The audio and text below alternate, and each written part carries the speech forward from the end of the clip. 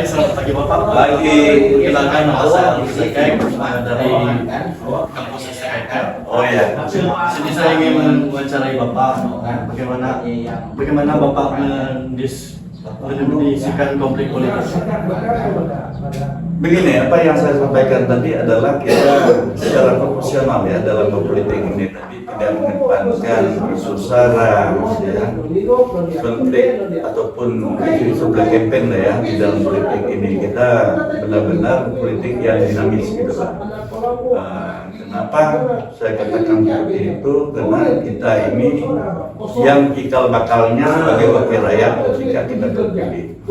Nah, ketika kita mulai dari saat ini dengan isu-isu yang black campaign dan sebagainya hanya untuk sekedar mengundurkan diri, tapi merugikan orang banyak, itu tidak boleh menurut saya. Alangkah bagusnya ketika seorang caleg ini tadi ya, dia lebih mengedepankan wawasan, dia lebih mengedepankan program-program kinerjanya ke depan ketika dia terpilih. Karena itu yang perlu disampaikan kepada masyarakat. Isu-isu politik yang sifatnya black campaign itu sudah tidak zaman lagi lah sekarang ya. Tapi bagaimana kita membangun sebuah sistem kenegaraan kita ini berpolitik yang lebih santun, bijak. Ya. Kenapa? Karena kita memang membutuhkan orang-orang yang berkewajiban, orang-orang yang berintegritas di sebuah lembaga yang hormat itu.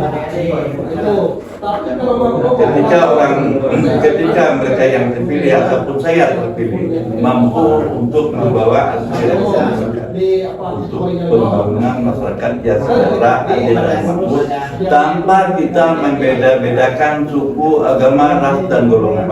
Itu kita tinggalkan semua ketika kita duduk di DPR. Maka mulai dari saat ini ketika kita ya, melakukan kampanye solusi pada masyarakat tentang kita ini, Perindo ini betul-betul partai yang mengedepankan nasionalisme dan juga lebih mengedepankan pada integritas. Kejujuran ini penting bagi seorang caleg, sangat penting. Kenapa? Mereka adalah wakil rakyat yang membawa aspirasi masyarakat, baik di bidang kesejahteraan ekonomi, sosial, budaya, pendidikan, dan sebagainya. Supaya kedepannya ya melahirkan generasi-generasi yang lebih baik untuk membangun negeri ini. Karena negeri ini adalah tanggung jawab kita bersama. Apalagi Sintang ini adalah tanggung jawab kita bersama. Sintang maju, rakyat berjaya. Kan begitu. Iya. Apalagi pertanyaan selanjutnya, bagaimana konflik politik dapat mempengaruhi stabilitas politik di suatu negara? bisa, sangat bisa. Ketika elit-elit politik ini tidak memahami tentang politik yang dilakukan, tidak memahami tentang politik ini yang mengacu pada asas demokrasi. Ya. Sebuah jabatan kedudukan itu bukan itu hal yang utama yang dikejar oleh seorang politik pada dasarnya, tapi dia lebih mengedepankan kenegaraan tadi.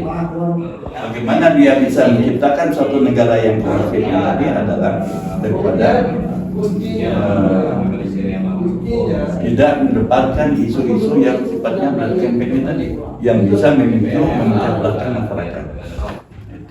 Maka kita memang lebih mengedepankan isu-isu politik ini yang sifatnya membangun sumber daya manusia tadi untuk membangun ekonomi yang lebih keadilan, ya. Membangun sistem pemerintahan yang berpihakan kepada masyarakat. Baik, selanjutnya Pak, apa peran media dalam identifikasi atau menegakkan konflik politik? Bagaimana? Bagaimana apa peran media dalam mengidentifikasi atau sangat dibutuhkan dan sangat penting karena isu media ini juga bisa menjadi pemicu ya, bisa menjadi pemicu. Maka di dalam hal itu juga kita harus mengajukan kepada peraturan dan undangan yang berlaku.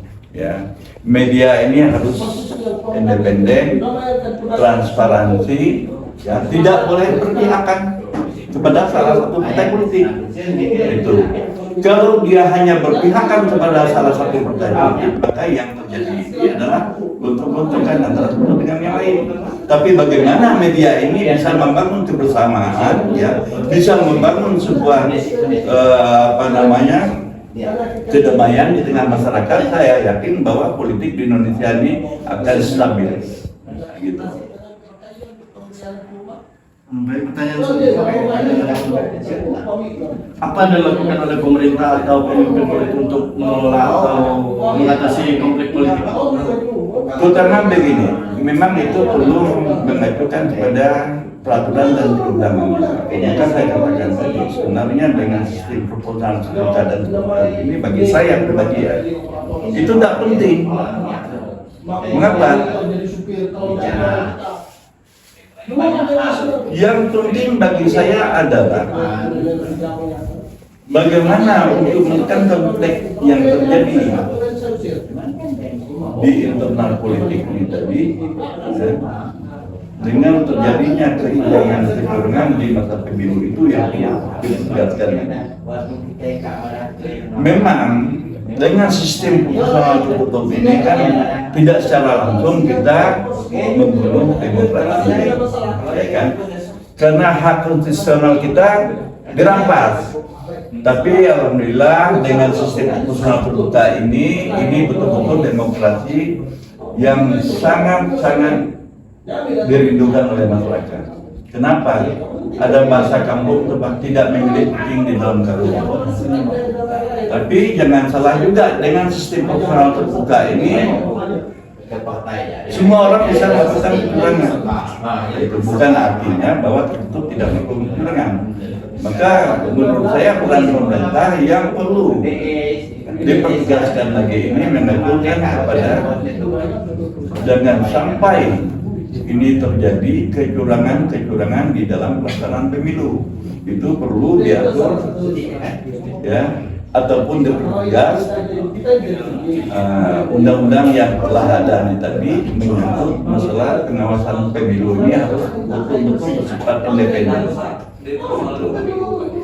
Saya sebenarnya ingin bahwa ketika terjadi kecurangan di dalam pemilu ini tadi bisa diproses secara langsung di tingkat kabupaten, nggak harus ke MK sana. Kalau perlu ada undang-undang yang mengatur hak politik mereka dicabut yang melakukan atau didenda atau dipenjara agar ada efek jerah terhadap pelaku politik yang seperti itu. Kenapa? Ini untuk demi masa depan bangsa dan negara kita, khususnya pada generasi ke depannya, agar kecurangan ini tidak akan terjadi lagi. Betul-betul pemilu yang jurdil. Jadi artinya masyarakat memilih seorang ini tadi benar-benar orang yang berkualitas.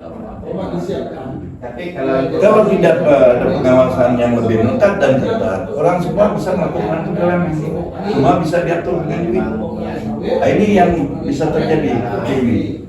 Maka undang-undang itu perlu dipertegaskan lagi, diperkuatkan lagi, menyangkut tentang pengawasan pemilu. Karena kecurangan ini sering terjadi gitu, baik di tingkat TPS, tingkat kecamatan, tingkat kabupaten, itu bisa aja terjadi. Kenapa? Karena orang tidak ragu-ragu untuk melanggar undang-undang ini tadi ketika tidak ada sanksi-sanksi yang kuat. Maka itu perlu ditegaskan lagi. Kalau menurut aku, saran saya kepada pemerintah perlu ditegaskan lagi undang-undang tentang pengawasan pemilu itu. Kalau tidak, itu bisa selama-lamanya itu akan terjadi. Pertanyaan selanjutnya, bagaimana hubungan antara konflik politik dengan pembangunan ekonomi di suatu negara? Ya, kalau menyangkut masalah hal itu, mungkin kita memang membutuhkan kepada negara-negara lain, ya, menyangkut masalah sektor ekonomi. ekonomi. Kita kan tidak akan mungkin mampu berdiri sendiri. Kita tetap menghadirkan negara lain ikut kerjasama kita untuk membangun ekonomi yang lebih besar. Ya. Maka kita akan menggunakan sistem demokrasi terbuka. Kita menggunakan ekonomi yang sifatnya liberal kan, ekonomi kita. Nah, kita terbuka kepada negara manapun yang ingin kerjasama dengan kita. Perindo menempatkan itu. Tanpa negara lain, tanpa kehadiran orang lain, kita tidak pernah maju. Dan juga kita tidak pernah menjadi negara yang besar. Kalau kita ingin menjadi negara yang besar, kita harus bisa menerima orang lain. Dan kita bisa kerjasama dengan negara lain. Itu. Nah, terima kasih banyak atas waktu Bapak. Terima kasih. Izin upload di YouTube emang boleh ya? Boleh. Ya. Terima kasih banyak ya Pak ya.